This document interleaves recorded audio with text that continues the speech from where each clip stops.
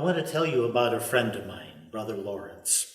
He died 3 centuries ago, but continues to teach and inspire me and countless other people with his good sense and his simple encouragement.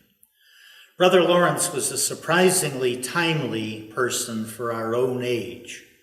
The odds are that we have seen soldiers returning from battle with their bodies intact, but their souls virtually destroyed. These days we call that PTSD.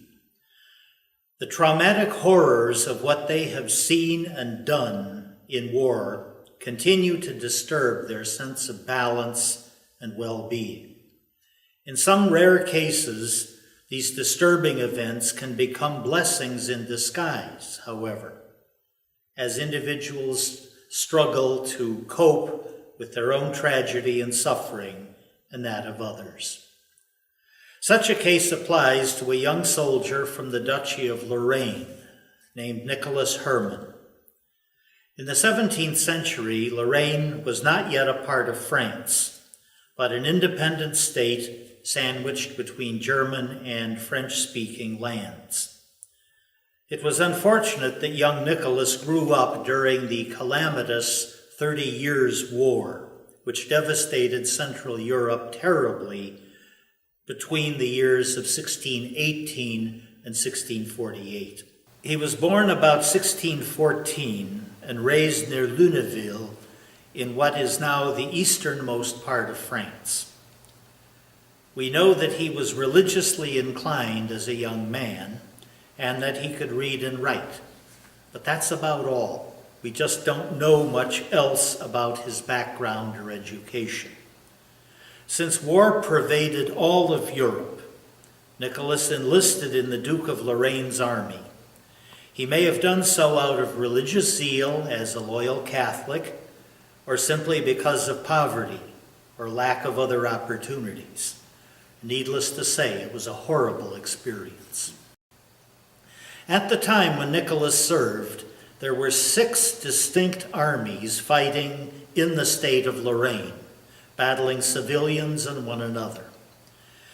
In 1635, he fought with the Lorraine militia against Swedish infantry and French cavalry. Nicholas received a serious wound which caused him to limp for the rest of his life. He was later captured by German Protestants, accused of spying, and condemned to death. But then he was released and discharged from his regiment because he was no longer fit to fight. He had survived the war, but any of his chances of returning to something like a normal life were virtually destroyed. The ghastly experience of battle had seared his mind to such a degree that the specters of those atrocities never left him. We have no way of knowing if he had killed anyone else or had just seen killing, looting, and pillage. But that was bad enough.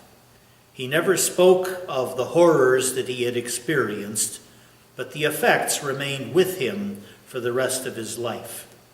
He drifted through civilian life for several years without any real success. He attempted to become a hermit, but with no particular direction or mentorship. Being a hermit is not for beginners, and this effort failed miserably. Then he attempted to serve as a footman to William de Fubay, treasurer to the King of France. But he was so clumsy, so klutzy, that he broke everything, to quote him in later times. It seemed that the only thing that remained positive in his life was a conversion event during his religious upbringing. He remembered that at age 18, he had experienced a powerful insight when he saw a stark, ghostly tree stripped of its leaves and all signs of life during a particularly severe winter. And yet he knew that in early spring, God would restore life to the tree with a profusion of leaves and fruit. And buoyed by that shred of hope, he took a step toward restoring spiritual health to his own devastated life. So finally, in 1640, he went to Paris where he asked for admission to the Discalced Carmelites as a working brother. Nicholas was 26 years old at the time, still awkward, still lacking in most practical skills. But he was welcomed by the other friars in the community, and he fit in well. In those days, brothers were the practical workforce for the monastery. They did manual labor, they begged for alms, they prayed as they worked. He remained there for the next 50 years with the religious name of Brother Lawrence of the Resurrection. For much of that period, he worked as a cook for a community of nearly 100 friars, and later also served as a sandal maker and a wine buyer. His first 10 years in the monastery were a time of difficult struggle when he still felt he had no hope of salvation. But his depression led him to a point of resignation to the mercy of God, which helped him to find peace at last. The resilience of the hope he had learned from the barren tree stayed with him as he purged the lingering wartime demons. If life could flood back into that dead trunk, then maybe God's love and forgiveness could restore love and courage to him as well. He decided to reject the love of anything that was not God, and thus he grew in active recognition of God's presence in every detail of his life. He discovered that he was able to pray at all times, even if he was just repeating the Lord's Prayer. Even when he was peeling potatoes or seasoning soup or scrubbing kettles, he made his tasks an integral part of his prayer, using his methodless method to carry on this running exchange with the God of the universe. In due time, Brother Lawrence was able to help others to be comfortable with their prayer in the most ordinary circumstances. In his contact with beggars and working people, he encouraged them in simple conversation with God. His kitchen became a sort of chapel where cart drivers, grocers, or fishmongers could hear practical advice on how God really did care for their concerns. His personal prayer life developed by simply being aware of the presence of God in his kitchen and carrying on a loving conversation with one who loved him dearly. On one occasion, he wrote, "I flip my little omelet in the frying pan for the love of God.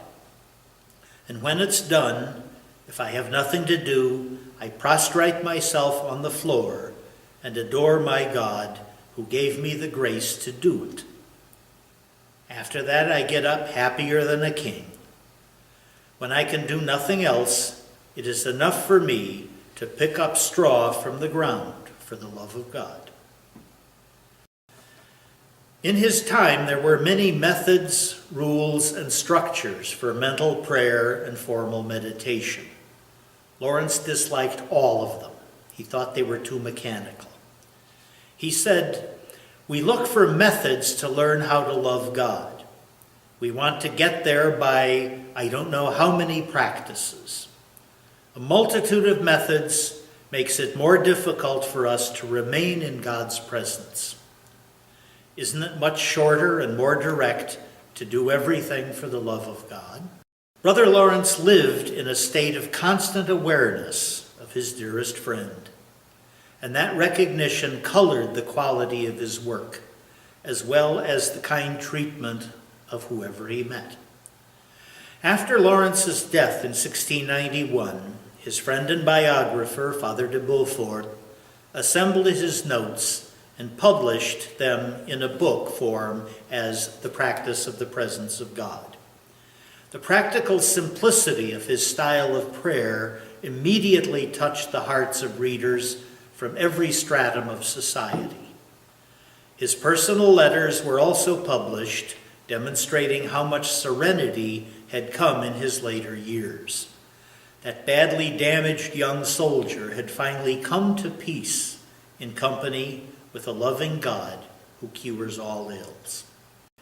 In conclusion, let me make a simple suggestion. Think of a few actions or tasks that you do every day, and imagine how they might remind you of God's presence. It could be something as simple as just shutting off the alarm clock or buttering a piece of toast. It could be as routine as reaching for keys in your pocket. Thank God for that small blessing, and then just keep talking. I'll bet you can think of at least 3 of those items right now. Put them to work for yourself.